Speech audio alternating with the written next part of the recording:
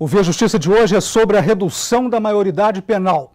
Nossos convidados, a juíza Valéria Rodrigues, da Vara Infracional da Infância e Juventude de Belo Horizonte, e o professor Luiz Flávio Sapori, secretário municipal de Segurança Pública de Betim e professor de Sociologia da PUC Minas. Numa parceria da TV Assembleia com a Mages, a Associação dos Magistrados Mineiros, o Via Justiça está começando.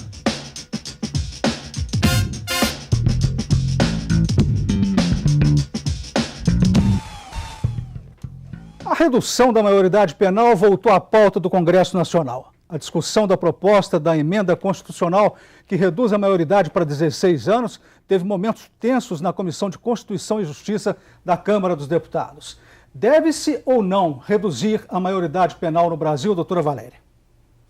Bom, atualmente ainda não foi apresentado pelos defensores da redução nenhuma motivação, nenhuma proposta concreta do que isso viria beneficiar a sociedade e a redução da violência. O que eu percebo é que realmente há uma indignação da sociedade, de uma impunidade muito grande no Brasil, de achar que com o adolescente, né, aquele jargão antigo que eu sou de menor não dá em nada.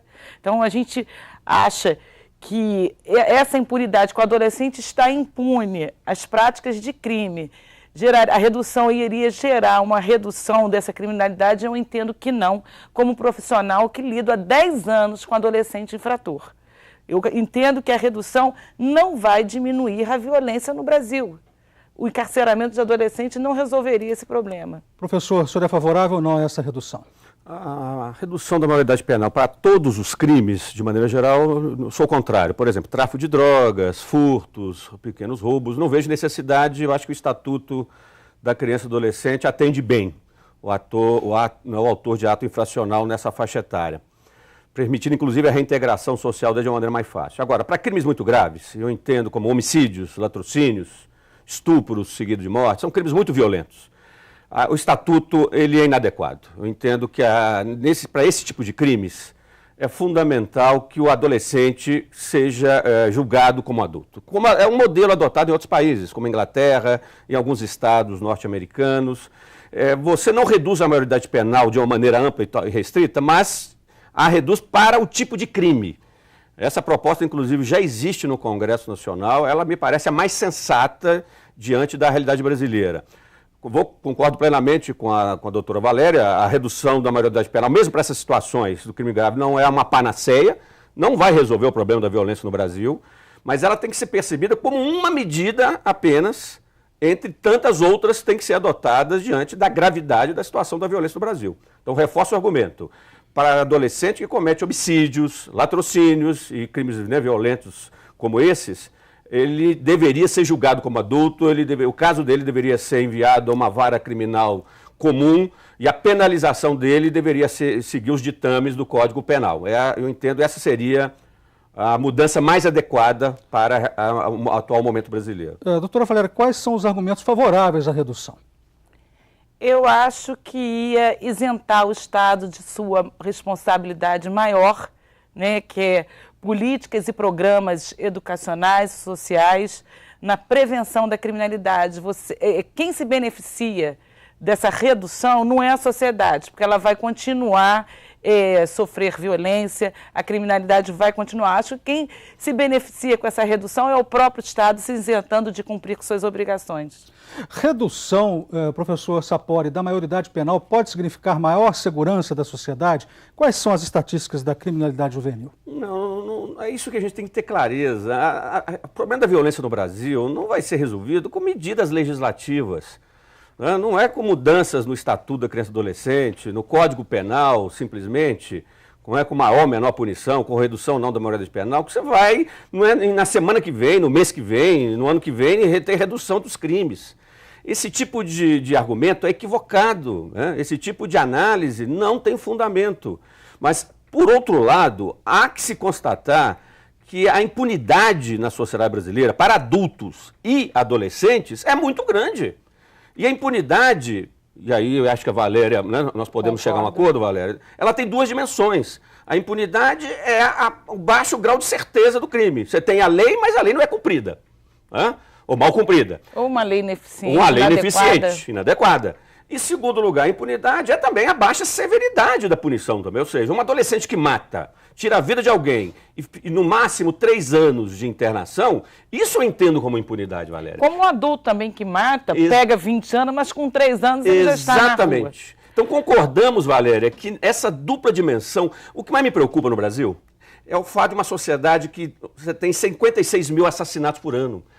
Matar nesse país se tornou algo tão banal, mas tão banal, que é como se você estivesse matando uma barata. Né? O custo de quem mata é baixo para o adulto e para o adolescente. Então, se nós queremos fazer da vida humana um grande valor social, Valéria, do meu ponto de vista no Brasil, nós precisamos transformar o homicídio num crime muito grave, coisa que não é hoje. Então, isso tem que implicar em mudanças na penalização do adulto e do adolescente.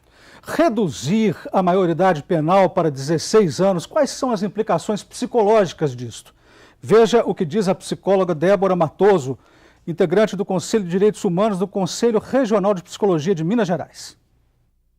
Então, a gente encontra uma situação, por vezes, de vulnerabilidade social, onde o ato infracional é uma resposta que o adolescente vem dar a uma série de violações de direitos que ele sofreu anteriormente. Encarcerar um jovem no sistema penitenciário atual brasileiro seria um dano irreparável na formação desse sujeito. A adolescência ele é um período onde o indivíduo está em desenvolvimento.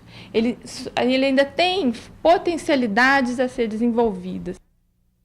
Comentário da senhora sobre a fala da psicóloga, doutora Valéria. Eu divirjo um pouco, porque o adolescente, quando ele pratica um ato infracional, não são só os problemas externos da falta de políticas sociais, educacionais, que levam esse adolescente a praticar um ato infracional. Isso contribui. Mas eu defendo que há o problema que eu converso sempre com o Sapori, que a gente põe na frente psicossocial. Ou seja, é questão também de caráter, de formação daquele adolescente. Porque geralmente numa família existem irmãos. A mãe não só tem aquele filho. Então, por que os outros irmãos não praticam crime? Só aquele adolescente. Então, eu acho que, eu comento isso muito nas audiências com a mãe, que nós temos, primeiro, o problema de caráter. E o outro é o problema do adolescente não saber lidar com suas adversidades, com seus problemas, e ele busca a criminalidade.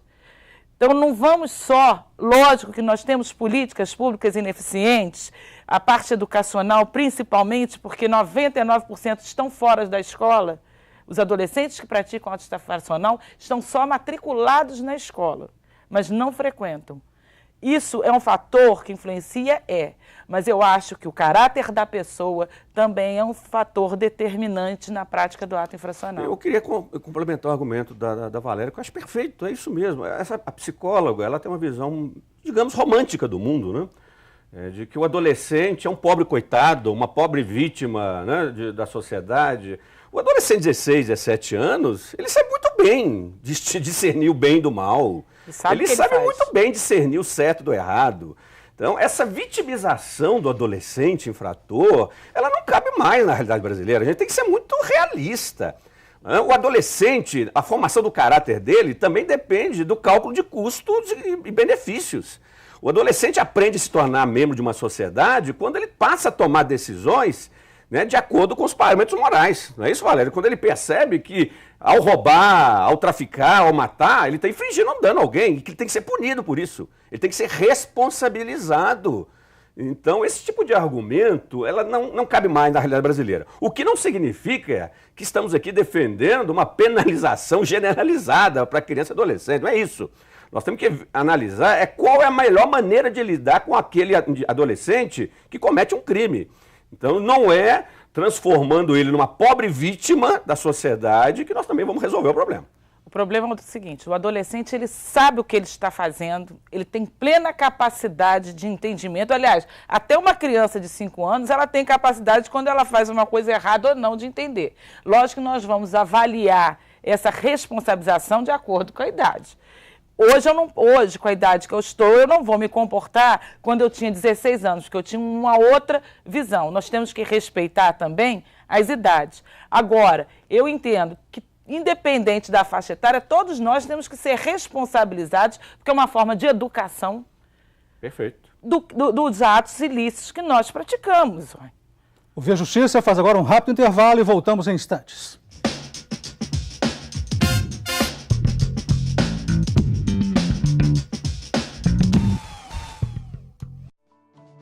Quando você passa por um momento difícil, como enfrentar um linfoma, dá valor a toda ajuda que recebe. Eu agradeço de coração todo mundo que me ajudou. Mas é importante lembrar das pessoas que ainda precisam ser ajudadas. E você pode ajudar entrando no movimento contra o linfoma. Acesse Quem Ajuda Amigo É e seja meu amigo.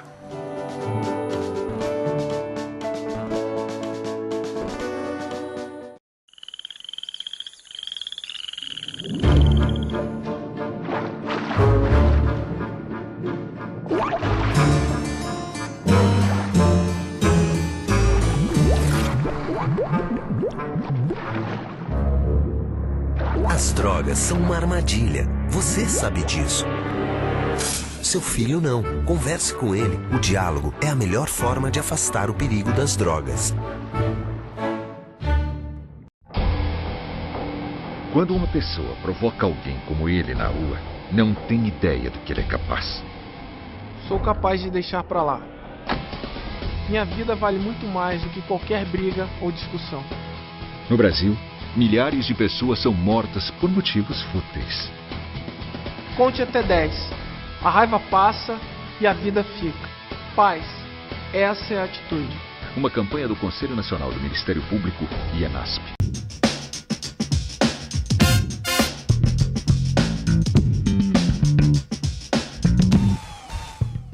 O Via Justiça de hoje discutindo a redução da maioridade penal que voltou à pauta do Congresso Nacional. Participam do programa a juíza Valéria Rodrigues, da Vara Infracional da Infância e Juventude de Belo Horizonte, e o professor Luiz Flávio Sapori, secretário municipal de Segurança Pública de Betim e professor de Sociologia da PUC Minas. Nós vamos abrir este bloco com a opinião popular em Belo Horizonte sobre a redução da maioridade para 16 anos. Tem que reduzir porque hoje em dia os jovens de 16, 17 anos já têm total consciência, né, das coisas que estão fazendo, sabe? Tem várias informações. Eles têm o direito de eleger um candidato com 16 anos de idade, que é um dos poderes maiores que a gente tem. Então eles têm o direito assim, de corresponder pelos crimes que eles cometem e eles já têm consciência e personalidade para isso. Acho uma boa ideia, porque se as pessoas cometem crimes sendo de menor, tem que pagar pelo que fez. Eu acho super justo. Os menores infratores vai ter que pagar o que eles fazem, né? Porque eles não pagam, às vezes vai lá, vai ser preso. Eles levam ele lá e soltam ele no outro dia. Tem que arrumar emprego para eles, né? Igual era antigamente, que não tinha tanta malandragem na rua. As pessoas não têm muita consciência em 16 anos, falam assim, vou fazer aquilo, mas não sou preso, aí daqui a uns tempos vou ser solto. Aí eles vão ter mais consciência para fazer aquilo, para pensar assim, não vou fazer. Se o menor de 16 anos pode votar, ele também pode responder pelos crimes dele, pelos atos que ele comete. Doutora Valéria, o clamor social pela redução da maioridade é legítimo?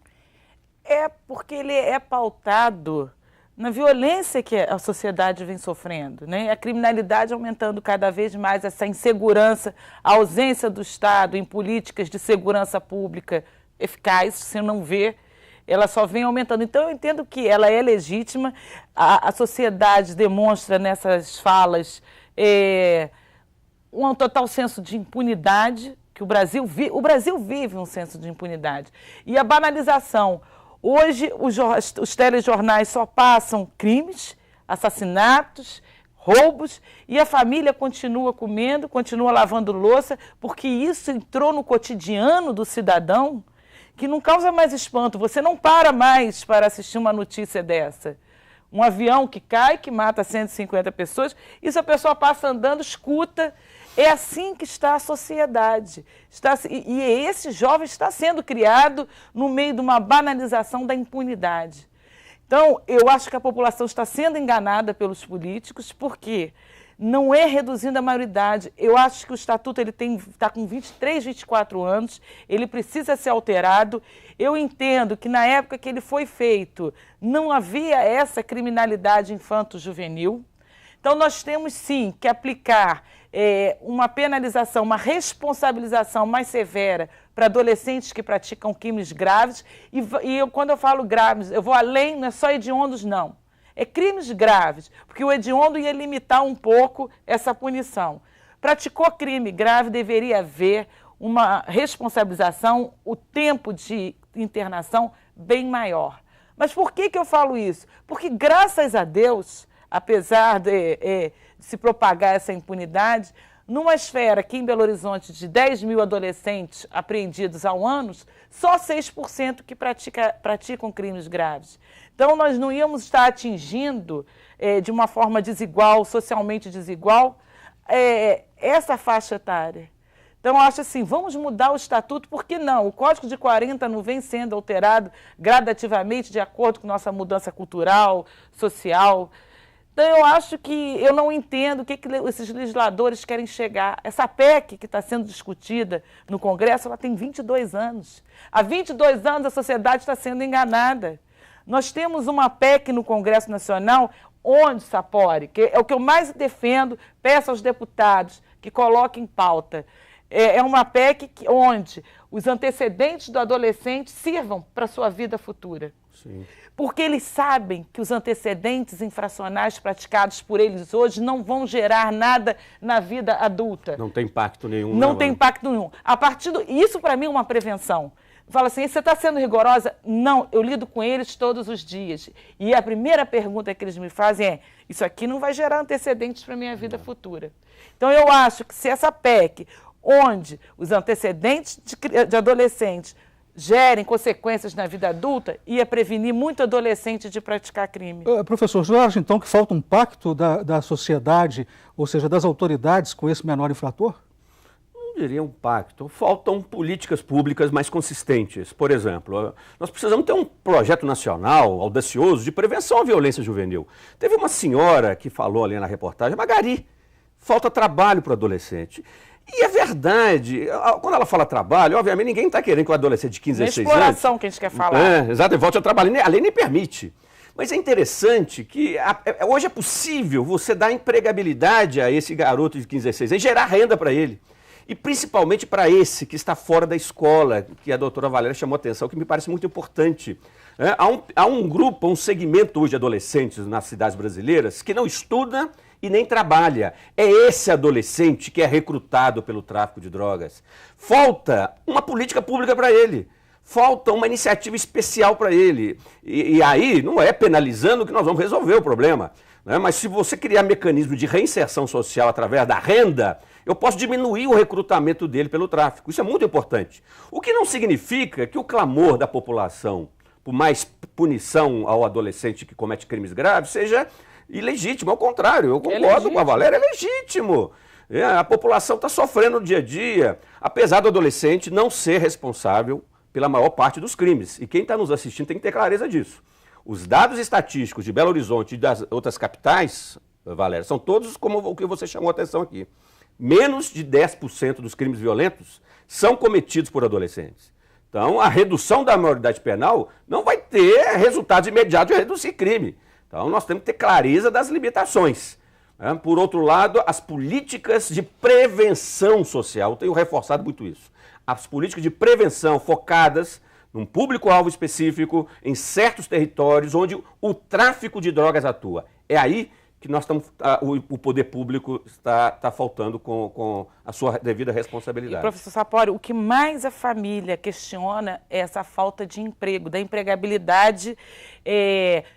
Quando surgiu a exploração do trabalho infantil, generalizou que adolescente não podia trabalhar. Eu sou radicalmente contra.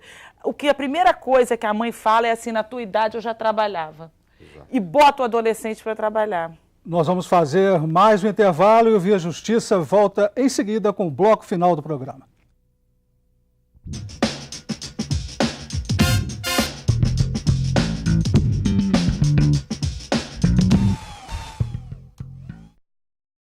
Nesta casa, todo mundo tem TV por assinatura. Mas quem decide mesmo o que as crianças podem assistir são os pais. Na TV por assinatura não há restrição de horário para exibição de programas. Por isso, é possível bloquear conteúdos de acordo com a classificação indicativa através de uma senha. Seus filhos podem aproveitar uma programação de qualidade com toda a segurança. Para tirar dúvidas de como bloquear programas, canais ou horários, procure sua operadora.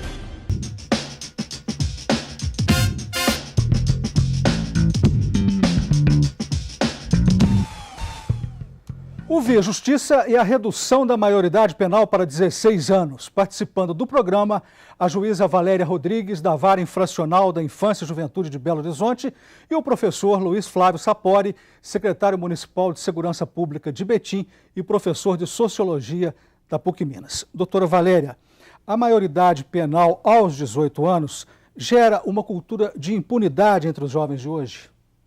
Gera. Olha, é um posicionamento quase unânime que a redução da maioridade penal vai resolver o problema da entrada do jovem na criminalidade.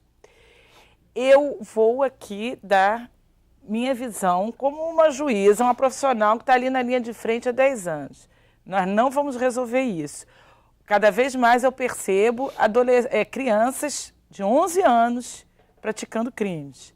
Nós vamos só antecipar a entrada desses jovens na criminalidade. Isso é um fator que vai acontecer. Já, eu estou ficando muito surpresa que a faixa etária, geralmente, do jovem na criminalidade era entre os 15 e 17 anos. Gradativamente já está aumentando, nos 12 anos de idade, 11 anos. Então, é isso que nós temos que pensar. Temos que mudar a legislação? Temos. Não está correto hoje um estatuto que, independente do crime que você pratique, a internação seja no mínimo 6 meses e máximo 3 anos. Isso gera, sim, uma banalização entre os próprios adolescentes que já me questionaram. Uai, doutora, se eu roubar e matar, é igual. Se eu furtar e matar, também é igual, porque o mínimo é 6, o máximo é 3. Senhores legisladores, senhores defensores aí das organizações dos direitos da criança, do CONANDA, será que vocês não estão enxergando isso? Eu acho que a gente primeiro tem que começar a escuta pelo próprio adolescente, professor. Sim, interessante. E o próprio adolescente, ele sabe dessa banalização, dessa generalização, que independente do crime que eu praticar, a minha sanção vai ser a mesma. Então nós temos que mudar isso sim. O tempo de internação ter que ser diferente dependendo da gravidade do crime cometido. Temos que ter políticas de prevenção, como essa que eu falei dos antecedentes, gerar resultados para a vida futura de emprego. Então, eu acho que há mecanismos que a gente vai atender à prevenção sem esse engodo de PEC, de mudar a Constituição, que está há 22 anos no Congresso, e desculpe, vai ficar mais 22, porque eu não acredito que vai ser resolvido isso agora. Porque, com certeza, uma organização dessa vai entrar com uma ação de inconstitucionalidade no Supremo, e até o Supremo decidir se é cláusula pétrea ou não. O senhor pode colocar aí, Carlos, mais 10 anos. Valéria, e a violência vai continuar, a impunidade, e a impunidade continua. Vamos aproveitar seu argumento, porque quem está nos assistindo tem que ter clareza o seguinte: um dos problemas do ECA é a não aplicação do ECA, porque o Estatuto prevê centros de internação para adolescentes infratores. Se percorremos o interior de Minas Gerais, interior do Brasil, né? Devemos ter muita gente do Brasil assistindo o programa, as unidades de internação de adolescentes são raridade. É muito comum ainda juízes, né, da infância e adolescência que estão lidando com adolescentes infratores não terem para onde enviá-los para cumprir as medidas. Falta de vagas. Por falta de vagas. E o próprio adolescente sabe que não tem vaga. Olha, isso tem um efeito no dia a dia das cidades. Por exemplo, isso é um problema da cidade que hoje eu estou como secretário de Segurança Pública, Betim, na região metropolitana de Belo Horizonte. Que é conhecido por ser uma cidade muito violenta. Não temos um espaço para adolescentes infratores. O juiz da infância e adolescente da cidade tem uma grande dificuldade para encaminhar os infratores que ficam nas ruas no dia a dia. Aí a sensação das pessoas de que o ECA não serve para nada. Mas é obviamente Foi que preso um dia e solto de 5 dias, seguinte. porque o Estatuto prevê, se em 5 dias o Estado não arrumar a vaga num centro de internação, o magistrado é obrigado a colocar aquele adolescente na rua. Ele fica sabendo disso, ele mesmo fala, eu vou ficar só 5 dias mesmo. Então, eu aqui na capital, graças a Deus, eu não sofro desse problema, porque eu tenho uma estrutura de centros de internação. Mas o estado de Minas é o segundo maior estado que nós temos em população, e nós só temos hoje 23 centros. Tem áreas do sul de Minas, do Triângulo, que estão desprovidos de centro de internação, não temos vagas, e o juiz, ele se sente impotente, porque ele é obrigado a colocar aquele adolescente. O que ele fala para uma sociedade? Porque o estatuto, ele vai criminalizar o juiz, não é o governador que não criou centros de internação. E o adolescente, ele tem conhecimento desses fatos todos. Sabe que o juiz não pode manter ele numa cadeia pública no interior por mais de 5 dias, que é obrigado a colocar em liberdade. Então, isso, quem que trabalha com o mito da impunidade é a legislação, é o legislador. Estamos chegando ao final. 20 anos preso, não tem que ter redução, progressão de regime. Eu sou contra isso. Final do programa, as considerações finais, 30 segundos para cada um. Professor Sapori. Bom, nós estamos num momento muito importante do Brasil em termos da segurança pública. O medo e a insegurança é grande, mas nós temos que tomar muito cuidado para não criar legislações, né, do medo. As tais leis milagrosas que se proclamam que vão solucionar todos os problemas. A segurança pública no Brasil depende de política pública, de ação de governo, na prevenção social e certamente na redução da impunidade, sem acreditar em soluções milagrosas. Doutora Valéria? Só complementando, é isso. Nós não podemos usar leis penais para resolver problemas sociais e educacionais. A falta de educação e a falta de políticas sociais não podem ser resolvidas com leis penais severas. Muito obrigado à senhora, muito obrigado ao senhor pelas participações. O Via Justiça de hoje termina aqui. Este programa é uma parceria da TV Assembleia com a Magis, a Associação dos Magistrados Mineiros. Até o nosso próximo encontro.